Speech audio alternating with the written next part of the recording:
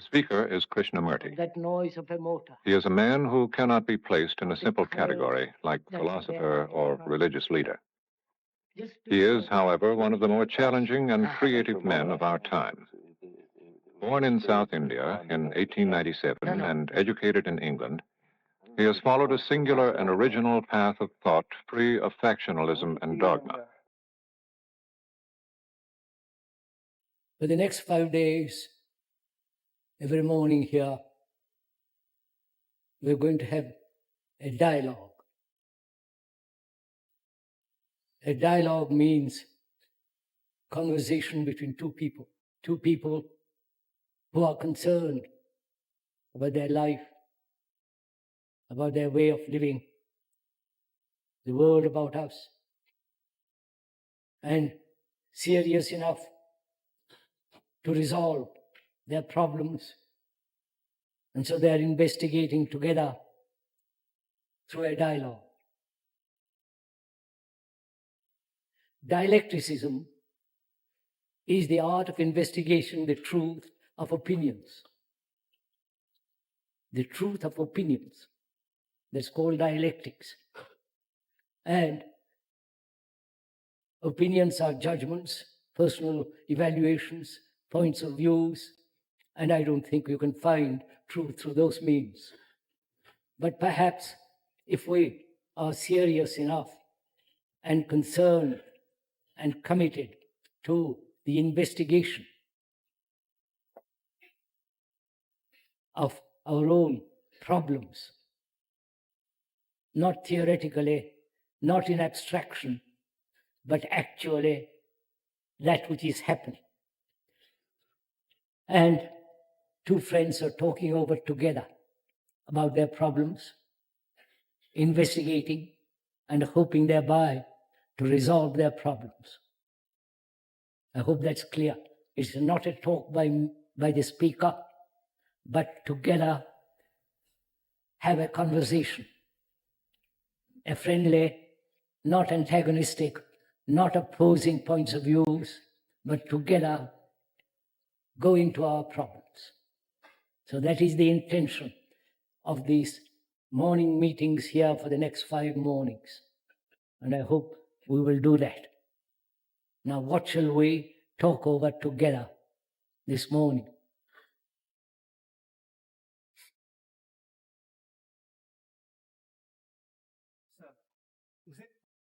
Is it possible to observe thought as it is happening, or to observe thought as it has passed?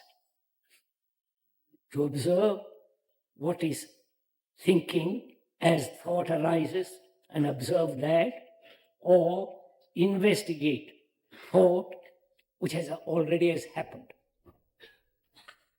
Any other? Please, let's put lots of questions and see which is the best of them, and take one and work it out completely together. Go to the very end of it. Could you discuss, have a conversation about physically being incapable or having pain, and does that affect the mind? Yes, sir. Does that affect the quality of thinking, quality of feeling, quality of affection? Is it possible to observe thought as it is taking place, or observe thought as it is over? One is physically affected through an accident, through a disease, certain forms of illness, and does that affect the mind? What is the relationship between love and death? And you said, is the personal psyche or the universal psyche?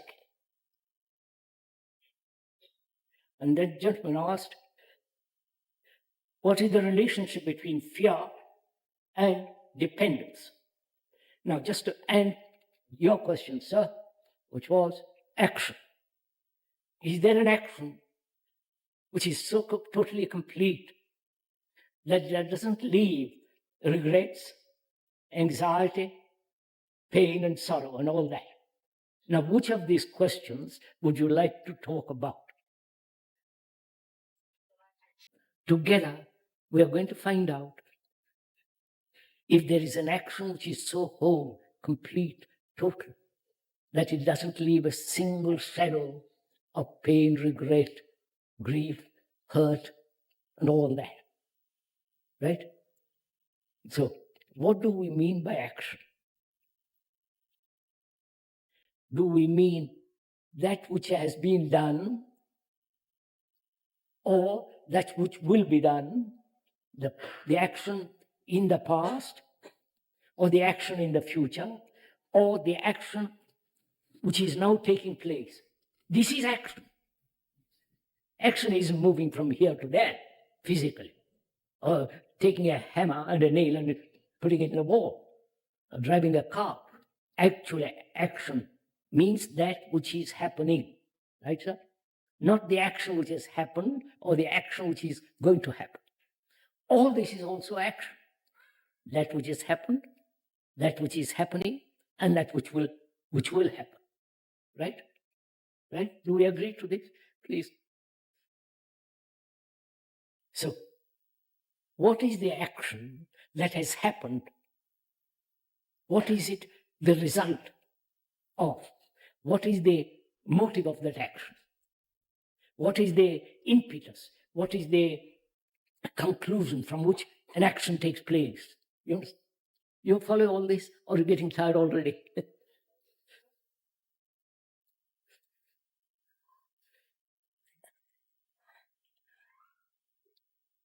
Action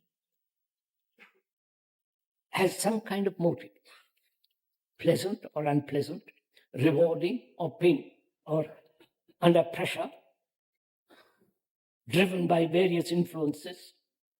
So one has to find out what we mean by action. Is there an action which is not, which has no motive, which is not under pressure, which is not threatened and therefore act, which is not rewarding and therefore painful? So one has to look at the word very, very carefully, if you are willing. This is a conversation. Right? Most of our actions, as one observes, is based on a remembrance. Right? Or on a desire. Or on personal reward or punishment, or an action based on an ideal, or on a belief, and so on. Right? So, please watch this for your, let's examine it together.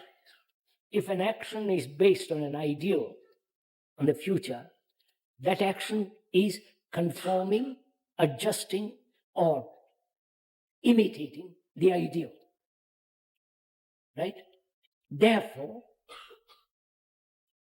is that an action which is whole, complete, without leaving any mark of hurt, regret, and so on? You follow? So what is our action, yours and mine, the speakers, in investigating? What is our action based on? Pleasure, fear. I need food, so I go to the market if I have money, buy it, that's an action. I need clothes, if I have money, I go and buy it, shelter, and so on. So, on necessity, the needs, physical needs, and then psychological needs. Right? Right, sir? There are physical needs and actions based on what we consider psychological needs. I need somebody to give, one needs somebody to give one comfort. Therefore, dependence and action based on that dependence, right? I need as somebody to tell me how to live a different life, and I depend on that person. Is it possible for an action not to have a cause? We're going to go into all this. Go step by step, please.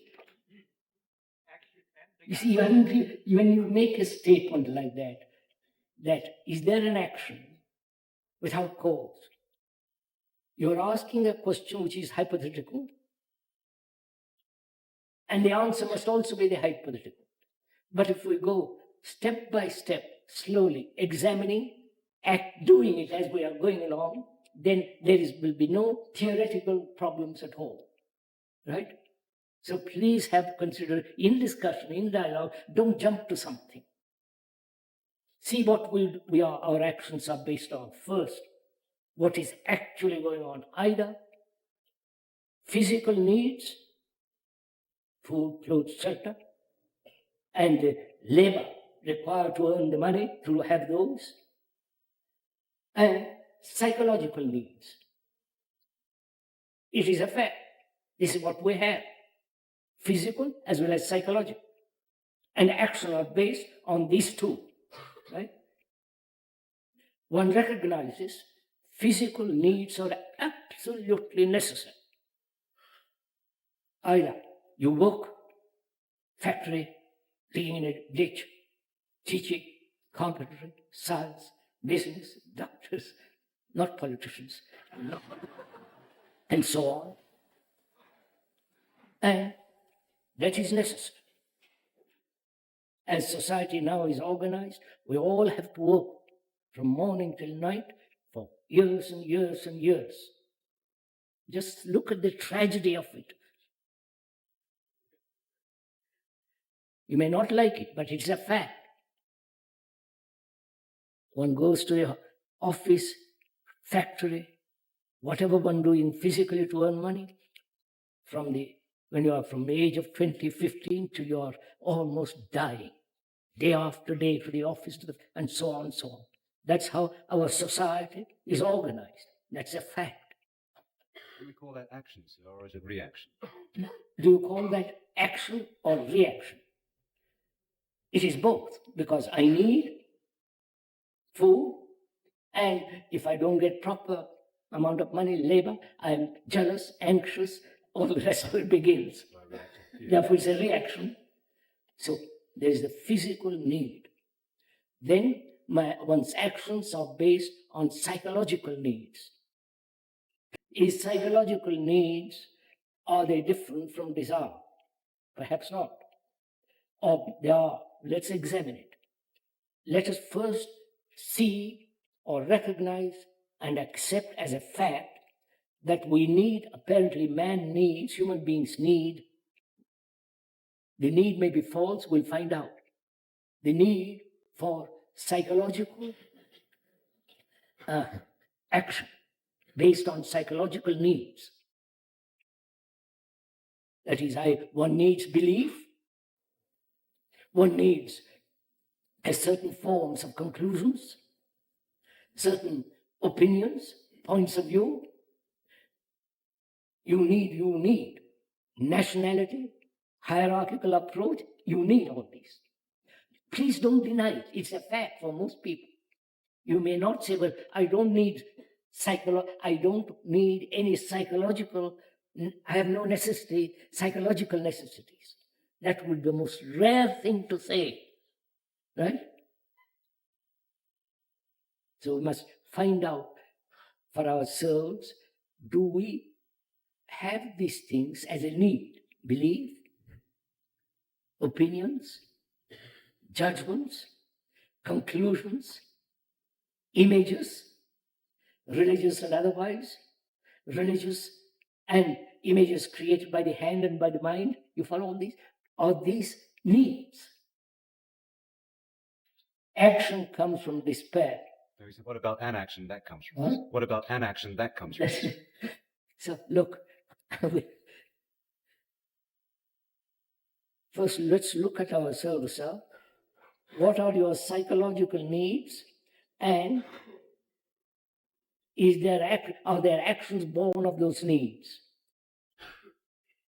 We said we need for physical needs, there must be. But we are questioning whether we need or are there necessities psychologically for action. I question it. I'm not saying you must accept it. I say I doubt it. I'm not sure. You understand? I'm examining it. One is not dogmatic. I don't take a position. I don't refuse to move from a conclusion. What we are trying to find out is, what is action? We see action in the physical needs and action based on various forms of opinions, judgments, conclusions, convictions, experiences, beliefs, dogmas, dependence, and so on, psychologically. And the speaker says he questions it. You understand? Do physical needs go over to psychological needs? I need a house. One needs a house or a room to stay in. Then in that room, one gets attached to the furniture. The attachment to the furniture is a psychological need. Right? Because without that furniture, I feel a bit uncomfortable. So is there demarcation at all? You see, unless you please go into this step by step, you won't answer this question so quickly. We are talking over together as two friends, investigating together, dialogue, as a conversation. What is action?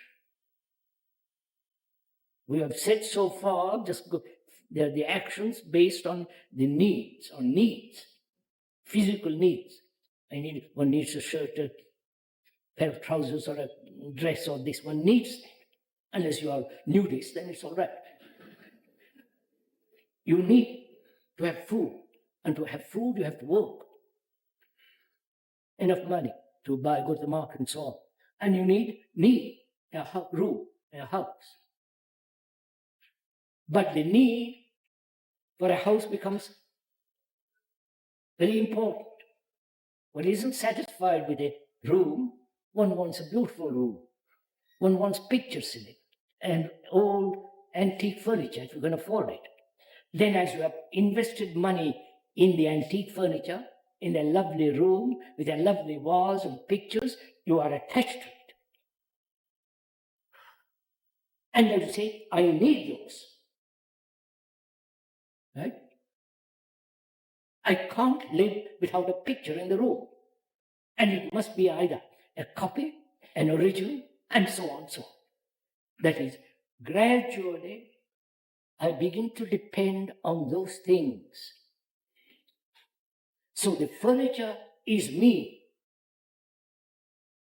Right? Do you question that? I am attached to the furniture, and I don't want you to spoil it. Don't put it in the sun. Don't scratch on it. I am hold it dear. And that furniture has become me. Right? And I act from that. So, we are going next step. Is there a necessity for psychology to exist?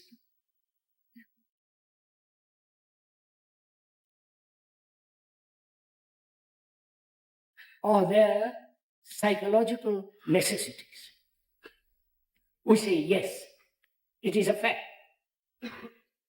The necessity of a belief, the necessity of dependence, the necessity of sex, the necessity of ambition, achievement, success, right? And on all that, my actions are based. That's obvious, isn't it? Right?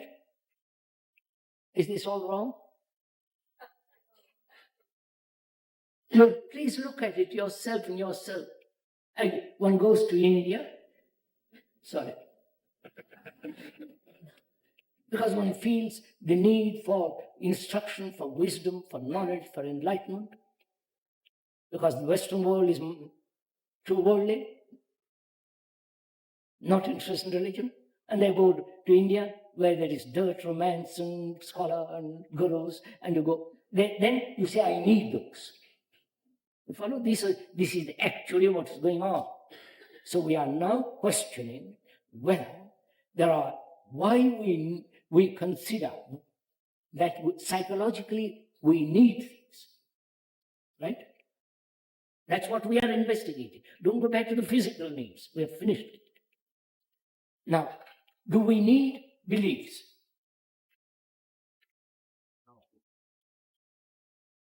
The gentleman says no. That means you are free of beliefs.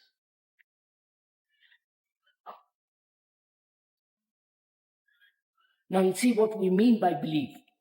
Belief in something that cannot be proved. One believes in God, cannot be proved. One believes in heaven, can't be proved. One believes that there are people living on the moon, not on the moon, somewhere else. One believes it can't be proved. So, we believe in nationality. Right? Right? No? Oh my God. We are French, German, English, Indian, God knows what else. Follow it step by step. Either you relinquish all this as you go along and say, sorry, I'm not a nationalist. Finished. So beliefs have become necessities. Talk to the Catholics, to the Protestants, to the Christian world that believe in Jesus, Savior, and all the rest. They believe. Right? And you go to India, they also have their gods, they believe. So why do they believe? In something that cannot be proved. You understand? That has no validity. Why do they believe?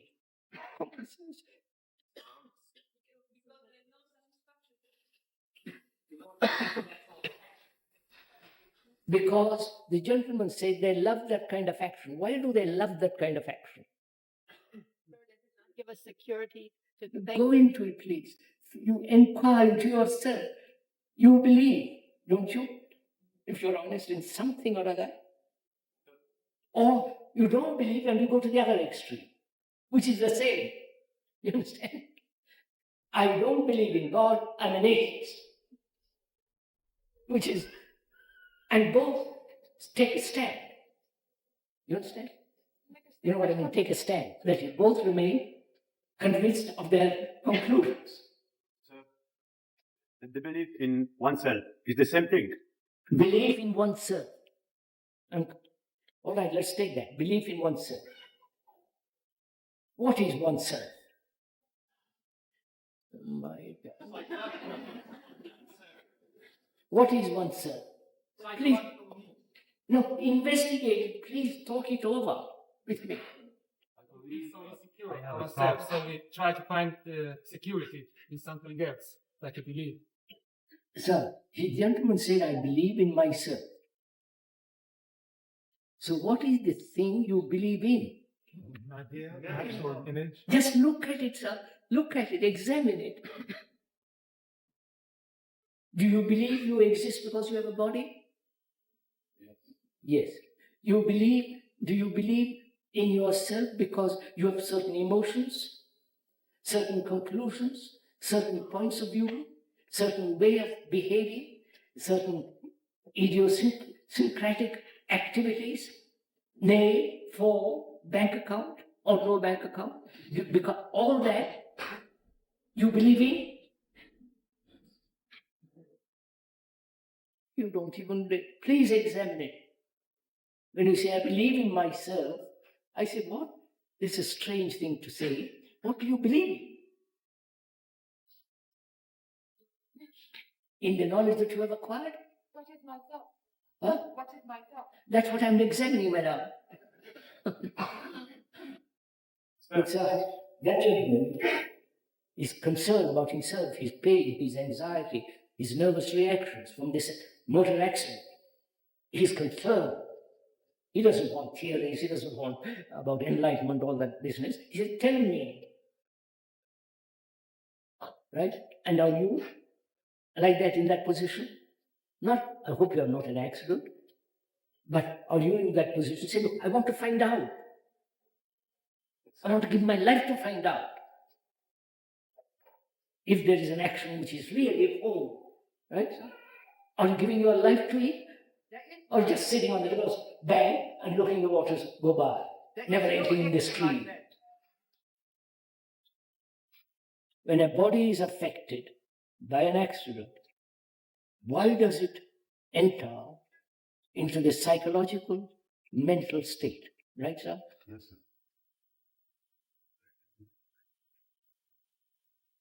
Haven't you such problems? Is it a false means of protection from facing? Look, my nerves have been shattered through an accident. Right? That's true, the fact. Car has run over my leg.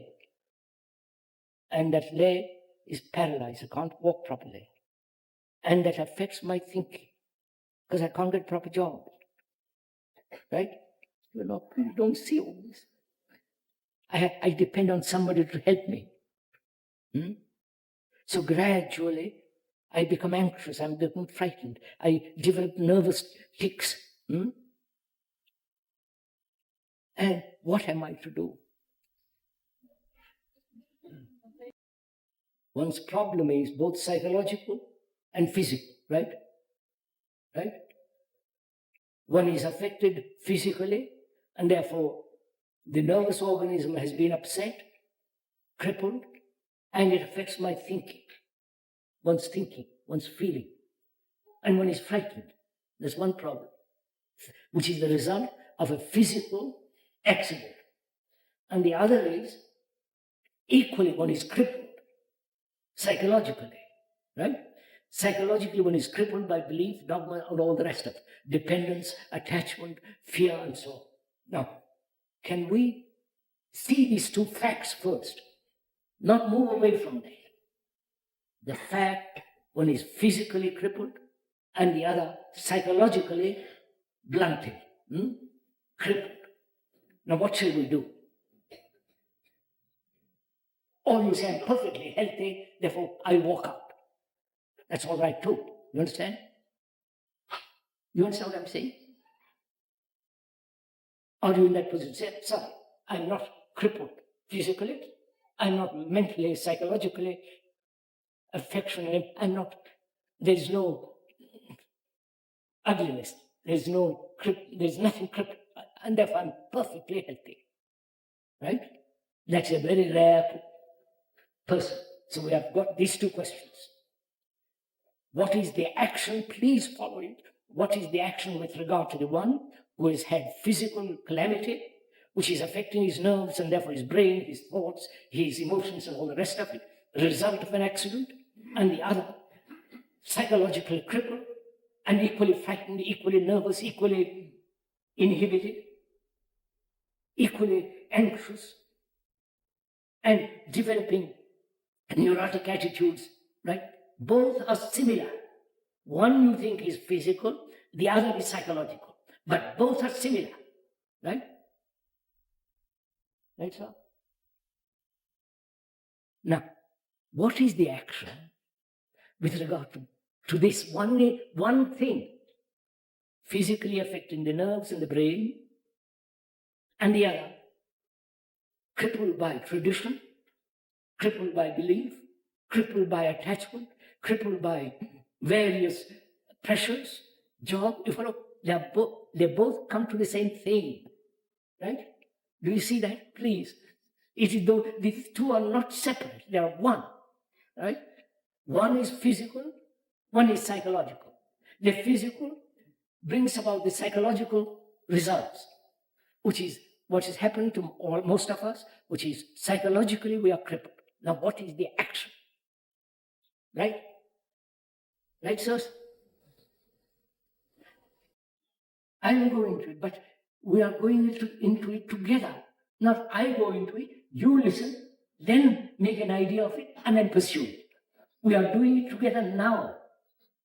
Right? So monsieur, right, he's got to sleep. I'm going to it. That is, we are having a conversation between you and me. Don't bother about that gentleman, please. He's tired, he's had an accident, he's in pain, he must be quiet. Leave him alone. Don't project your ideas onto him. Gosh. So, what is action with regard to this one thing? Human beings are crippled, right? Both psychologically and physically. Some are extravagantly crippled in both ways, others are medium, partial. And what is the action which will correct this thing? Is this clear? Now let's talk it over together. Why do we, no, wait, which is most important, the psychological aspect of this or the physical aspect of this? If I know or am aware that I am psychologically crippled, and because I am psychologically crippled, it gradually affects my body. I have nervous responses, my nerves are on edge, and gradually develop a sense of isolation. Follow? All the rest of it follows. If I'm physically, it is the same thing. So I am saying which is more important to consider? First, the psychological state of being crippled or the physical state of being crippled. Do you understand?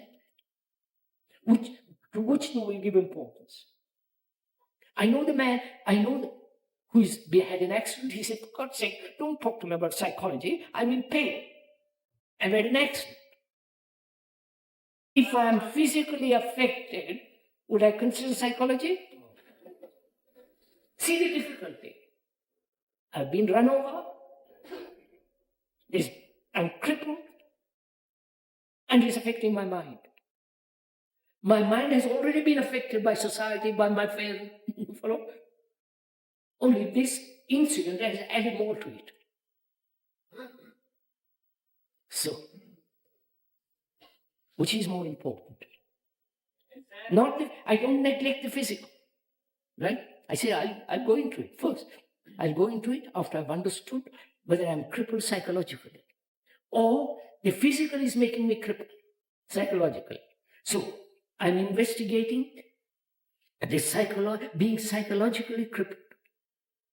The result of a physical accident, the result of living in a monstrous society, wrong kind of education, wrong kind of acquiring knowledge, and so on, that has crippled my mind. So I said, psychologically, if I can understand the whole structure of the psyche, then I can attend to the physics. But the man who is in pain, he says, "Don't, please give me some kind of drug, some kind of opiate, some kind of thing that will quieten me down." Right? Then the doctor is important, not me. Right? But if it is psychological state, a psychological crookedness, unclarity, crippledness, I think that can be cleared. You follow? That can be completely be whole. Then with that clarity of mind, I can attend to my physical aids. Do we agree to this? Can this being crippled psychologically, can that be made whole? That is the question, which means action. I can't sit down and say, I'll make it whole. Or go off into a monastery. It can't be done. It needs action. I have to do something.